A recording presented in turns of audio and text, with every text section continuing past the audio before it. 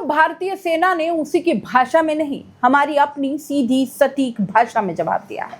पाकिस्तान से आए आतंकियों ने उनके फितरत के हिसाब से मासूमों को नाम पूछकर गोली मारी थी ना। अब हमारी भारतीय सेना ने अपनी तबीयत के हिसाब से मासूमों को नहीं, आतंकियों को उन्हीं के ठिकाने पर घुस कर मारा है। जिन सुहागनों के सुहाग उनके सामने उजाड़े थे, उनके सिंदूर की कीमत का एक जर्रा बताया है हमारी सेना ने पाकिस्तान को। उन्होंने आतंकियों के भेष में छुपाकर भेजे थे, हमारी सेना सीना चौड़ा करके गई और घुस के करारा जवाब दिया, और जवाब भी ऐसा दिया हमारी सेना के द्वारा कि पाकिस्तान मिमियाने लगा है। जब से हमारी सेना ने पाकिस्तान में आतंकियों के 9 ठिकानों पर मिसाइलें ठोकी है, तब से पाकिस्तानी प्रधानमंत्री सहित सेना के अधिकारियों को समझ नहीं आ रहा है कि क्या बोलें, क्या कहें, कैसे मीडिया में बयान दें। इसलिए हर बार कुछ ना कुछ अलग अलग बयान आ रहे हैं। यही नहीं, पाकिस्तानी मीडिया भी बौखला गई है और गलत सलत जानकारियां सर्कुलेट कर रही हैं। और पाकिस्तानी मीडिया से याद आया, पाकिस्तान की ये एंकराएं जिनका सोशल मीडिया पर ये रोते हुए वीडियो वायरल हो रहा है, इस तरह से रोकर रिपोर्टिंग ये अभी आरोप लगा रही है कि भारत ने मासूम नागरिकों पर बम बरसाए। वो तो हमारी सेना ने सबूत दे दिए कि कहां बम बरसाए और किन आतंकी ठिकानों पर मिसाइलें ठोकी हैं। लेकिन इन एंकराओं से पूछना चाहती हूं कि ये आंसू तब कहां गए थे, ये दर्द तब कहां गया था जब आतंकियों ने नाम पूछकर, धर्म पूछकर मासूमों को गोली मारी थी, वो भी सीधे सर में।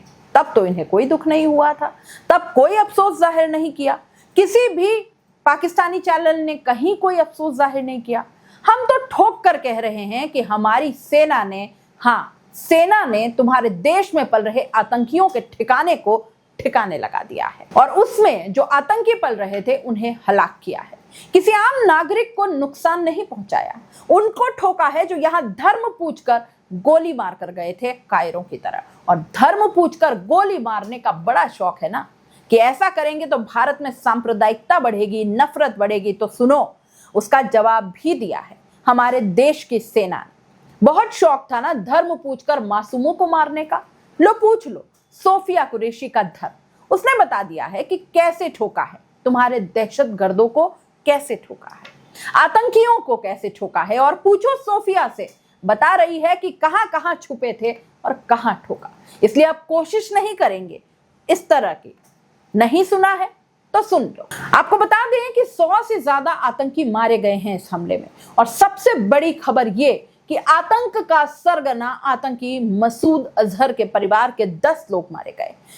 आपको बता दें कि देश भर के 9 बड़े हवाई अड्डे अब 10 मई तक बंद कर दिए गए हैं। हाई अलर्ट पर सुरक्षा एजेंसियां जो हैं वो आ गई हैं। भारत में सुरक्षा कारणों के चलते जम्मू, श्रीनगर, लेह, जोधपुर, अमृतसर, भुज, जामनगर, चंडीगढ़ और राजकोट जैसे महत्वपूर्ण हवाई अड्डों को अस्थायी रूप से बंद कर दिया गया है। ये सभी एयरपोर्ट 10 मई सुबह 5:30 बजे तक बंद रहेंगे। एयर ट्रैफिक पर असर पड़ा है और यात्रियों को भी अलर्ट कर दिया गया है। सूत्रों के मुताबिक यह निर्णय ऑपरेशन सिंदूर के बाद बनी सुरक्षा परिस्थितियों और संभावित जवाबी खतरों के मद्देनजर लिया गया है। सभी एयरपोर्ट्स पर एयरफोर्स और सुरक्षा एजेंसियों की तैनाती बढ़ा दी गई है और पूरे देश में सतर्कता के आदेश जारी कर दिए गए हैं। आखिर इनको ये बात समझ क्यों नहीं आती कि जुल्फिकार अली भुट्टो ने 1965 में भारत के खिलाफ हजारों साल के युद्ध की घोषणा की। मात्र 6 साल में इनका मुल्क टूट गया। 1971 में भारतीय सेना ने दौड़ा दौड़ा कर मारा, इनके 2 टुकड़े हो गए। 53,000 सैनिक आत्मसमर्पण करने लगे। जब लड़े तभी ठोके गए। तब भी इनका सपना है ब्लीड इंडिया विद 1000 कट्स। इनके लिए इनका एकमात्र सहारा है आतंकवाद। इसी जहालियत का नतीजा है कि आज ट्रैक्टर में लाशें ढो रहे हैं। प्रेम और शांति की भाषा समझते तो ऐसा नहीं होता, और सर से पानी निकलता है तो फिर इसे ऐसे ही ठोके जाते हैं जैसे आज ठोके गए हैं।